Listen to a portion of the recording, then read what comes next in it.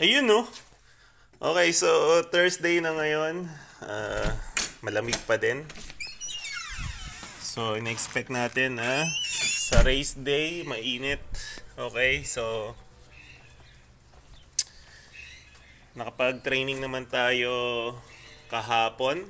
Around 12:27 or 26 namin na-release sa Sacramento Airport. Okay? So that's around 76.83 miles from my location. So kinuha nila in 1 and 34 minutes. Decent speed na rin, around 1400.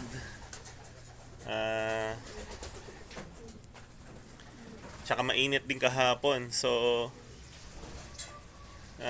alam natin kondisyon ng ibon. Kailangan natin ng swerte sa Sunday. Sana kapitan tayo ng swerte. So bigyan nyo ako ng swerte, mga lods. At kailangan natin yan. Kaya lang,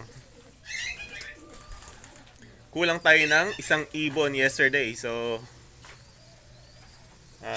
baka na disaster siya, hindi natin alam. So hanggang ngayon wala pa rin siya. So malamang nahawk siya kahapon. So talagang ganun, kasama sa hobby natin yan. Wala tayong magagawa. Wala pa namang na-invento na pang-prevent para hindi mahawk yung ibon mo. So talagang ganun. Kung uwi pa rin siya, salamat. Ihabol natin siya sa loading day ng Saturday. Otherwise, ganun talaga. Sana umuwi pa rin siya kasi kaya pa naman natin siya i-recover. Okay? Samantala, pakita ko sa inyo kung anong kaganapan dito sa loft natin. Let's go! So, ayan. So, nung nakaraang araw, napakalakas ng hangin, may ulan. So, nag-decide tayong takpan nito para hindi sila masyadong bugbog. So, ayan, kung makikita nyo, medyo talagang malamig ang simoy ng hangin dito. Okay? So, nandiyan yung mga warriors natin. Hindi rin natin sila napaliguan nung Tuesday kasi nga nag-uulan. Kahapon din, hindi natin sila napaliguan kasi malamig din, at the same time tinraining natin. So ngayon, itatry natin pag medyo mainit-init na pero malamig pa rin ang simoy ng hangin.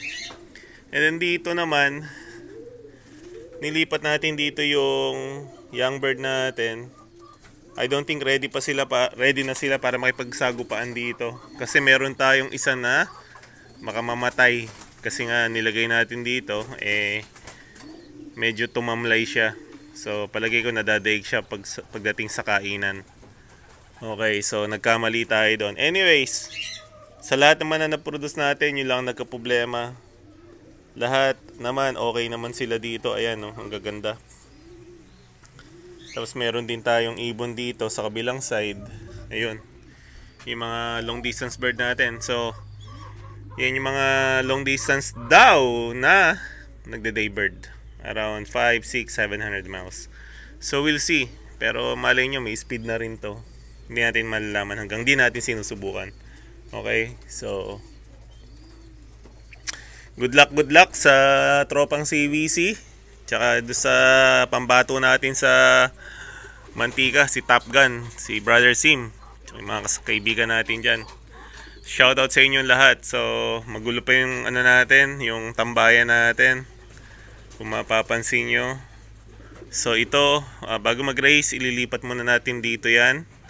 And then yung Taiwan cage, ililipat din muna natin dito. Ipapasok natin dyan. Okay, so tapos magkakaroon tayo ng project dito. At ito aalisin na natin. O ibebenta na lang natin, balik taya. Okay, sa lahat ng may gusto. Pag nagawa ko na yung project natin dito. So kung ngayon lang, gagamitin ko muna siya. Okay? So, update ko ulit kayo. Teka, at meron ako napansin doon na problema. Babalik tayo. Okay guys, so hindi na natin sila pinakawalan. At sa loob na lang natin pinaliguan. Pero syempre, inalis natin yung poop tray sa ilalim para hindi sumingaw yung dumi nila. Okay? So ayan. So inobserbahan ko kung sino yung maliligo at hindi. And so far, lahat naman gusto maligo. So it's a good sign. Okay? So, pahinga na sila from now on hanggang sa loading sa Saturday. Okay, so and then mamaya hipuin ko sila kung anong kakapain ko sila isa-isa para malaman natin yung condition ng katawan nila. And then doon natin i-base yung ipapakain natin for today. Okay? So, yan ang sistema natin. Lahat naman ng sistema, tama daw. Basta kung ano ipapabor sa inyo at kung ano makakabuti sa ibon nyo na sundin nyo. Ito naman parang guide lang. It's either i-follow nyo o hindi. It's up to you. Nirespeto ko lahat ng sistema na meron tayo. Basta mahalaga, isang common goal natin para sa ikabubuti ng mga ibon natin. Okay? So update ko kayo kung ano pa mangyayari mamaya sa loft natin. Let's go.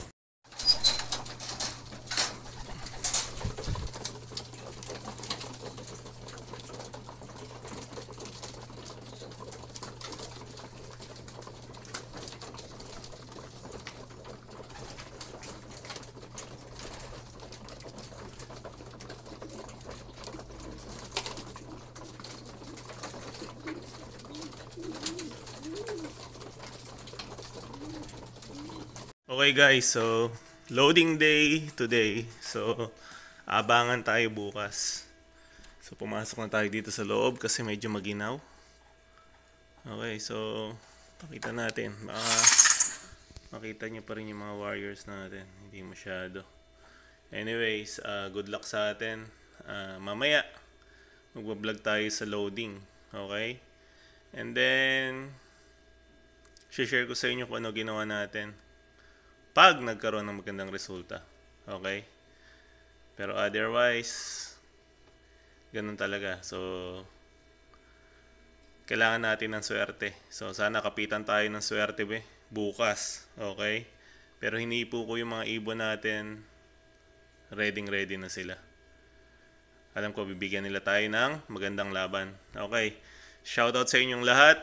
Sa mga kaibigan natin dyan, kay Ned Ben, Melpasia, Batang Tondo at Marivic.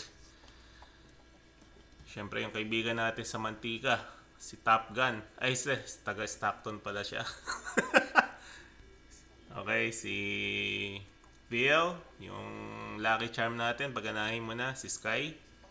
At sa mga tropang RPG, okay, sa tropang CVC natin, Central Valley Colombo Filios. Yun yata ang pronunciation nun, I don't know. So, shoutout sa inyong lahat.